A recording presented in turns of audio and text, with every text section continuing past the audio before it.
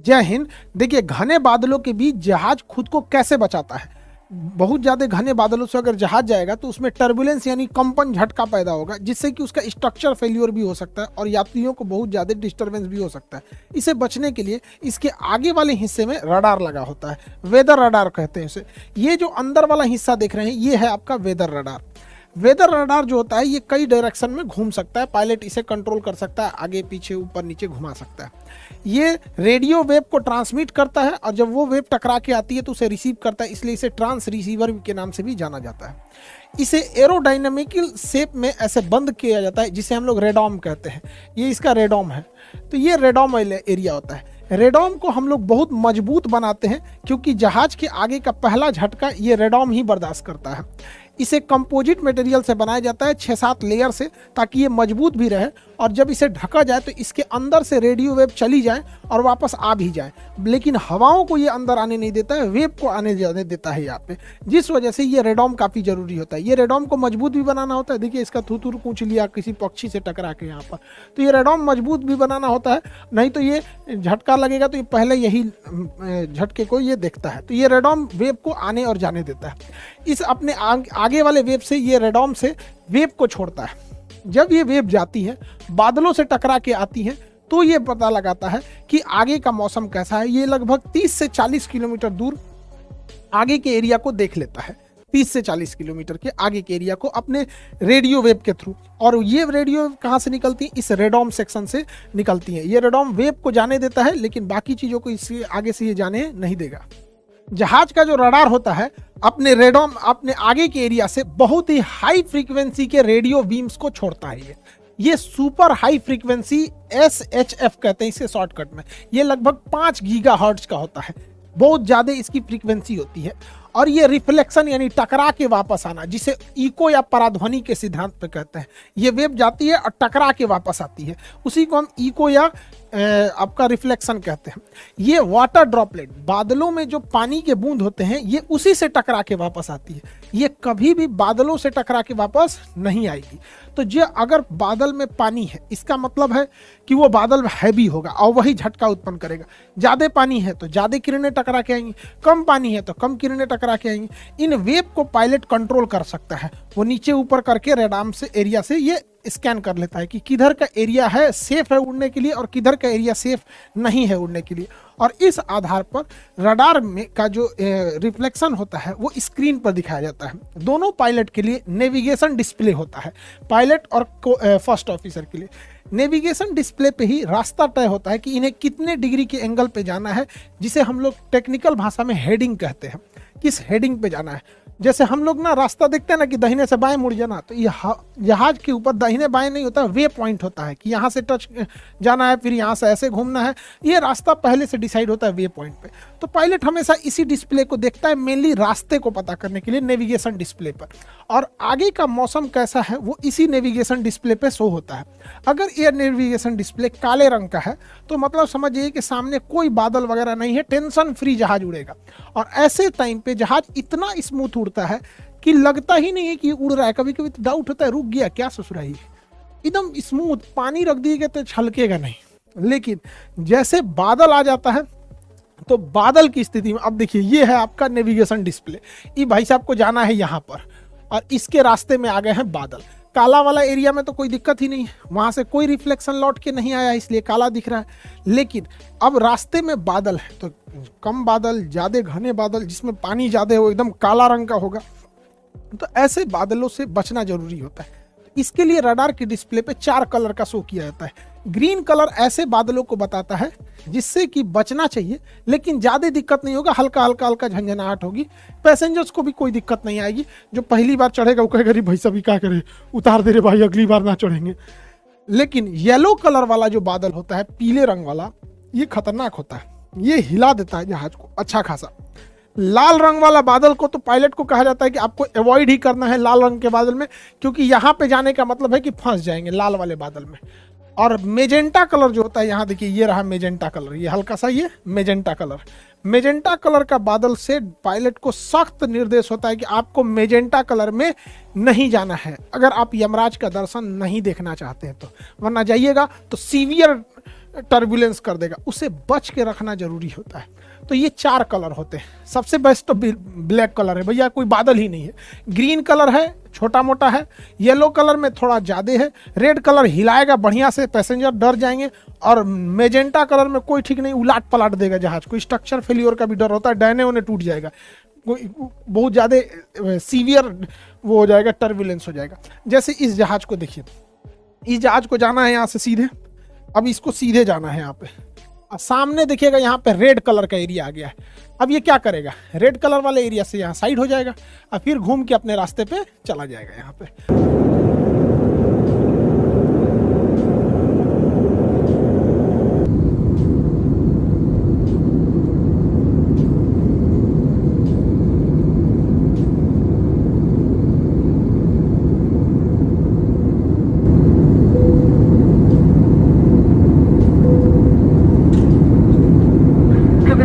मौसम खराब होने के कारण कप्तान ने फीवर साइंस ऑन रखे हैं। आप सभी से निवेदन अपने स्थान पर ही बैठे रहें। सुरक्षा के लिए कुर्सी की पेटी बांधे रखिए। धन्यवाद। तो देखता है कहां से इसे ज्यादा बचाया जा सकता है। हालांकि ये तो सामने का एरिया दिख रहा है। अगर आप इसे देखेंगे, जैसे इसे सपोज कीजिए इसको यहाँ से यहाँ जाना है, तो सामने में तो बाप रे बाप मेजेंटा कलर है, जाने ले लेगा यहाँ पे। अब पायलट बकलोल थोड़ी है जो इधर से घुस के जाएगा, वो कहेगा भैया इधर मेजेंटा, हम इधर से निकल जाते हैं, इससे हम चले जाते हैं यहाँ पे। तो ऐसे घुमा के वो चला जाता है। हालांकि पायलट को 3 डायमेंशनल भी दिखता है। जैसे ये बादल है ना, तो ये ऊंचाई से भी दिखेगा। देखिए पायलट का ये जहाज है, मेजेंटा कलर ज्यादा ऊपर नहीं है, नीचे भर ही है। तो यहाँ पे पायलट 2 डिसीजन ले सकता है, या तो यहाँ से घुमा के चला जाएगा, या तो वो इसका क्रॉस सेक्शन एरिया देखेगा कि जहाज इसका यहाँ पर है और मेजेंटा कलर वाला बादल ऊंचाई पे है कि नीचाई पे है। अगर यहाँ देख रहे हैं तो आपको दिख रहा है कि मेजेंटा कलर और येलो ग्रीन रेड ये नीचे है। तो यहाँ से पायलट क्या करेगा ना, सीधे ले आके जहाज उतार कर इसे लेके चला जाएगा यहाँ पे। तो कोई जरूरी नहीं है कि बार बार मुड़ाना ही पड़े। ऐसा भी हो जाता है कि इसके सीधे लेके जाता है, हाइट बढ़ा लेता है।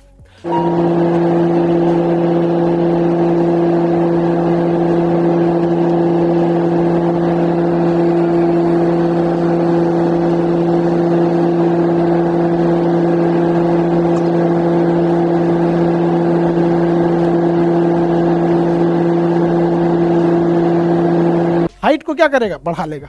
तो कुर्सी की पेटी का बांधने का साइन आ जाएगा और उधर एयर होस्टेस अनाउंस करेगी कि मौसम खराब होने के कारण कप्तान ने कुर्सी की पेटी बांधने का संकेत ऑन कर दिया है, ये वो। तो लोग कहते हैं बांध ले रहे भैया, दिक्कत हो रहा है। तो जब भी मौसम गड़बड़ाता है, आगे बादल दिखता है, तभी ये अनाउंसमेंट किया जाता है। तो आप इतना तो समझ में आ गया कि या सामने से ले जा सकते हैं या ऊपर नीचे भी कर सकते हैं। जैसे यहाँ पे आप देखिए, ये जहाज है और इसका ये रास्ता दिखा रहा है कि ऐसे जाना है सपोज। अब इसके रास्ते में एक रेड कलर वाला है, तो 2 रास्ते हैं इनके पास। अगर इधर जाना है तो यहाँ से ये ऐसे घूम सकते हैं, नहीं तो इसका देखेंगे कि बादल अगर इधर से जाना ना, हम इधर से जइबे करेंगे। तो हाइट देख लेते हैं। तो यहाँ देखिए, यहाँ पे ये जहाज है और यहाँ पर देखिएगा तो ऊंचाई पर लाल वाला है, पीला वाला है और ग्रीन वाला है। तो यहाँ पे पायलट क्या करेगा ना, नीचे से निकाल देगा फिर ऊपर। तो हो सकता है ये बादलों के कभी ऊपर से निकालता है, कभी नीचे से निकालता है, कभी दाहिने से, कभी बाएं से। ये सारा चीज रडार के मदद से ही होता है, अन्यथा बहुत दिक्कत हो जाता। पहले साइंस उतना डेवलप नहीं था, तो बहुत ज्यादा विमान दुर्घटनाएं होती थी। जैसे ये रडार देखिए, ये जहाज है, इसको जाना है यहाँ से, सामने है मेजेंटा कलर, भाई साहब इधर से जाना महा बेवकूफ़ी हो जाएगा। इधर से जाएंगे तो उतना ठीक नहीं है। ये रास्ता ठीक लग रहा है यहाँ पर, लेकिन आप अगर ध्यान दीजिएगा तो यहाँ कुछ ऐसे पॉइंट्स आपको दिखाई देंगे ऐसे।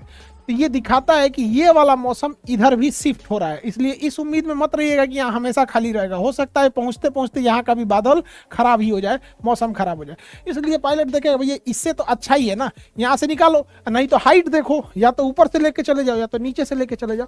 तो इससे पायलट बचा के जहाज को ले जाता है ताकि सीवियर टर्बुलेंस ना हो। कभी कभी जहाजों में इतना भयानक टर्बुलेंस होता है। एक बार हम लोग खाना खा रहे थे, ऐसा तेज मारा खाना गिर गया यहाँ पर। और जो लोग तो पहली बार चढ़ते हैं उनको हैवी सीवियर टर्बुलेंस हो गया, इस टाइप का खाना छिटा जाता है, पूरा गिर जाते हैं लोग। एयर होस्टेस का देखिए बेचारे का, इसको एयर होस्टेस लोग हर परिस्थिति में बेचारी मुस्कुराते रहती हैं सब।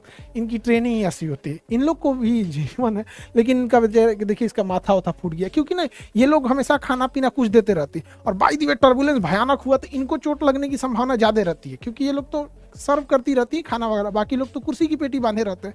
तो पायलट बचाने की कोशिश करता है, लेकिन कभी कभी अचानक मौसम हो जाता है। मौसम का क्या कहना है? जहाज का जो पायलट होता है वो इस रडार को चेंज कर सकता है, इसकी डिग्री को घुमा सकता है ऊपर नीचे दाहिने बाएं। अगर बात करेंगे ये कितना ऊपर नीचे घूम सकता है, तो 40 डिग्री ऊपर और 40 डिग्री नीचे ये जहाज को देख सकता है। मतलब बादल है या नहीं है या फिर क्या चीज़ है, तो इस हिसाब से वो देख सकता है 40 डिग्री ऊपर और 40 डिग्री नीचे। ऊपर और नीचे जहाज को बहुत ज़्यादा और बहुत नीचे अचानक नहीं आना होता है। लेकिन अगर दाहिने और बाएं की बात करेंगे तो 180 डिग्री देख सकता है, दाहिने बाएं की बात करेंगे तो 180 डिग्री। तो यानी पायलट का जो रडार होता है ये वाला, इसके पास अंदर कमांड होता है, वहां से उसको चेंज कर सकता है डिग्री इसका। तो यहाँ से अगर दाहिने बाएं देखेंगे तो ये 180 डिग्री देख सकता है दाहिने से बाएं तक, और ऊपर से नीचे 40 डिग्री ऊपर 40 डिग्री नीचे, यानी टोटल 80 डिग्री ऊपर नीचे देख सकता है और 180 डिग्री दाहिने बाएं देख सकता है। पायलट के हाथ में इसका कमांड होता है। ये इतना सुपर हाई फ्रीक्वेंसी देता है लगभग 5 गीगाहर्ट्ज के पास, कि अगर जहाज जो रनवे पे खड़ी है और यहीं पे इसका रडार को ऑन कर दिया जाए तो रनवे के आगे अगर कोई शहर है, बिल्डिंग है, तो इससे जब ये टकरा के आएगी तो इतना तेज इसकी फ्रीक्वेंसी रहती है कि इससे टकरा के आएगी और यहाँ पे तो इसका स्क्रीन खराब हो जाएगा। यहाँ पे रडार का जो सेंसिटिविटी होती है खराब हो जाती है, इसलिए उसे निर्देश होता है कि अगर सामने बिल्डिंग खड़ी हो तो आपको ऑन नहीं करना है, पहले उड़ जाना है थोड़ा सा, उसके बाद रडार को ऑन करना है। नेविगेशन रडार ठीक रहेगा, लेकिन ये वाला रडार जो होता है मौसम वाला, उसको बंद रखना है। साथ में कभी कभी क्या होता है ना, रनवे पे होल्डिंग करने के लिए होता है, मतलब यहाँ पे लाइन अप कर देता है यहाँ पर, तो एक जहाज ये खड़ी है, एक ये जा रही है रनवे पे, इस टाइम पे भी रडार को ऑफ करने का आदेश दिया जाता है, वरना इतना तेज सिग्नल इस पे टकराएगा, वापस जाएगा तो इसका रडार खराब हो सकता है। जहाज के अगले हिस्सा को हम रेडॉम कहते हैं, इसे बचा के रखना बहुत जरूरी है। अब इसमें बचाने में एक दिक्कत आ जाती है, दूसरा बिजली उजली तड़कने लगता है, अगवे थुथुरे पे बिजलियाँ गिर जाएगा, तो बिजली गिरेगा ना तो इसमें जो वेव होता है वो डिस्टर्ब हो जाएगा, तो हो सकता है कि पायलट को नेविगेशन में दिक्कत हो, इसलिए स्टैटिक डिस्चार्ज लगाया जाता है। विंग्स पे देखिएगा यहाँ पे तो इस तरह से रॉड निकले रहते हैं, छोटे छोटे ये रॉड। बिजली जो होता है वो करंट होता है, इलेक्ट्रॉन। तो जब कहीं भी आप घर्षण करते हैं, फ्रिक्शन करते हैं, तो उसमें बहुत सारे इलेक्ट्रॉन जमा हो जाते हैं। उसी तरह जहाज इतनी तेजी से उड़ता है कि उसमें बहुत सारे इलेक्ट्रॉन जमा हो जाते हैं, और इलेक्ट्रॉन इलेक्ट्रिसिटी हमेशा कॉर्नर के एरिया में भागती है, तो इसलिए इसके कॉर्नर के एरिया में हाई मेटल के एरिया को ये लगा देते हैं ताकि यहाँ पे इलेक्ट्रॉन आए और ये इलेक्ट्रॉन बाहर गिर जाए, ये इलेक्ट्रॉन उड़ते जहाज से बाहर गिर जाए, तो इसलिए इसे स्टैटिक डिस्चार्ज कहते हैं। स्टैटिक डिस्चार्ज बहुत जरूरी है, कभी कभी पायलट के अगवे ऐसे बिजली तड़कने लगता है, बेचारा दिक्कत हो जाता है स्टैटिक डिस्चार्ज से बचाने के लिए। तो रेडॉम को स्टैटिक डिस्चार्ज, आगे तो इसे रॉड नहीं लगा सकते, तो ऐसे ऐसे ये उभार देते हैं। ये स्टैटिक डिस्चार्ज होता है कि अगर आगे कहीं पे भी बिजली तड़के ना तड़के, इतना स्पीड से जहाज उड़ता है कि आगे में जो इलेक्ट्रॉन जमा हो जाते हैं वो अगर इसके थुथुरे पे ऐसे इलेक्ट्रॉन जमा हो जाएंगे तो इसके रडार में दिक्कत हो जाएगा, तो रडार में दिक्कत हो जाएगा तो रडार में क्लियर नहीं समझ में आएगा। इसलिए ये जो ऐसे उभरा वाला हिस्सा है ये इस इलेक्ट्रॉन को पीछे की ओर भेज देता है, और जैसे पीछे बॉडी पे जाता है तो स्टैटिक डिस्चार्ज इसको हवा में गिरा देता है। हवाई जहाज जब भी एयरपोर्ट पे उतरती है तो इतनी हाई स्पीड से उतरी रहती है कि उसके बॉडी पर इलेक्ट्रॉन्स भरे रहते हैं। करंट को ही इलेक्ट्रॉन कहते हैं, इलेक्ट्रॉन से बना है इलेक्ट्रिसिटी, तो electricity is nothing more but is the collection of electrons. तो जहाज इतनी तेजी से रगड़ खाते हुए जब रनवे पे आता है तो उसके बॉडी पर पूरे इलेक्ट्रॉन जमा होते हैं, इसलिए अगर हम छुएंगे तो हमें भी इलेक्ट्रिसिटी मार देगा। तो जरूरी है उस इलेक्ट्रॉन को हम जमीन में भेज दें, क्योंकि जमीन किसी भी इलेक्ट्रॉन को खींच लेती है। इसलिए जहाँ जहाज खड़ा होता है वहाँ पे एक तो पट्टी होती है, ग्राउंड पॉइंट बोला जाता है, स्टैटिक ग्राउंड पॉइंट, इसमें एक रॉड गया होता है अंदर यहाँ पे। तो जब भी जहाज आएगी तो उसमें एक ठो मेटल रहेगा और उससे वायर से इसको जोड़ दिया जाता है। इसके ऊपर कवर लगाया रहता है ताकि इस तरवा को पकड़ने में कोई को करंट ना मारे, तो पहले इसमें ले जाता है, फंसाता है और फिर इससे ले जाके जोड़ देता है। इससे जोड़ना बहुत ज़रूरी होता है, नहीं जोड़ेंगे अगर तो जैसे जहाज खुलेगा और कोई निकलेगा, कैसे हो हवाई सफ़र कैसा रहा, जहाजिया को छुएगा मारेगा, झनाक से उधिया जाएंगे, अगले दिन अखबार के फ्रंट पेपर पे आएंगे। स्टैटिक डिस्चार्ज के कारण आत्मा को शांति।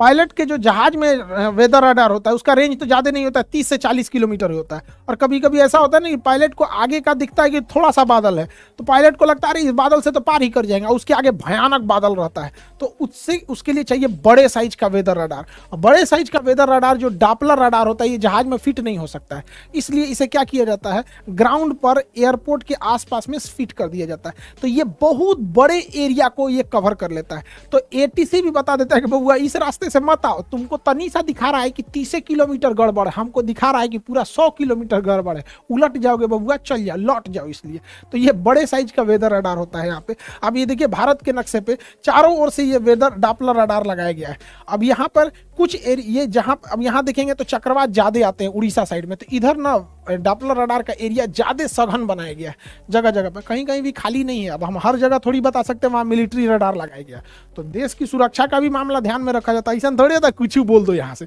तो जहाँ खाली जगह है वहाँ देश के दुश्मन लोग नहीं खुश होइएगा कि खाली जगह है, घुस जाएंगे इधर से, मिलिट्री रडार है वहाँ पे, और वो तो पूछबो नहीं करेगा, उधिया देगा आपको यहाँ पे। तो ये रडार का बहुत जरूरी होता है यहाँ पे। रडार से भी एक और भी चीज जरूरी होता है, जैसे देखिए पहाड़ी एरिया में, जैसे नेपाल में प्लेन दुर्घटना हुआ, वहां पर रडार में एक और समस्या क्या आती है, बादलों के पीछे पहाड़ छुपे होते हैं, जैसे ये बादल है, इसके पीछे पहाड़ है, तो इसको तो रडार से दिखेगा कि अरे भैया बादल है, चलो ना कोई दिक्कत नहीं। और कहीं जो ये जहाजिया लेके सीधे घुसा तो बादल के बाद सीधे बेचारा पहाड़ में टकरा जाएगा। तो इसके लिए इसमें ट्रैफिक कोलिजन को बचाने के लिए टकास सिस्टम को लगाया जाता है। टकास सिस्टम दो जहाजों को आपस में टकराने से रोकता है।